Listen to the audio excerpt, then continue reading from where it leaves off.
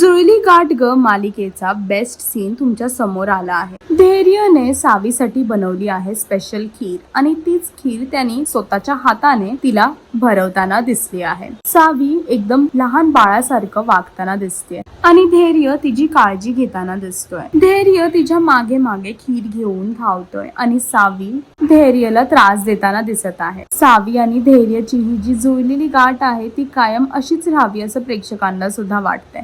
कितीही काही झालं, सावी धैर्यच्या आयुष्यात कितीही संकटे आले तरी दोघे एकमेकांसाठी ठाम उभे नेहमीच राहिलेले दिसले आहेत। जसं सावीने कधीच धैर्याची साथ नाही सोडली, तशीच धैर्य सुद्धा सावीची साथ कधीच नाही सोडणार असं त्यांनी वचन घेतलं आहे।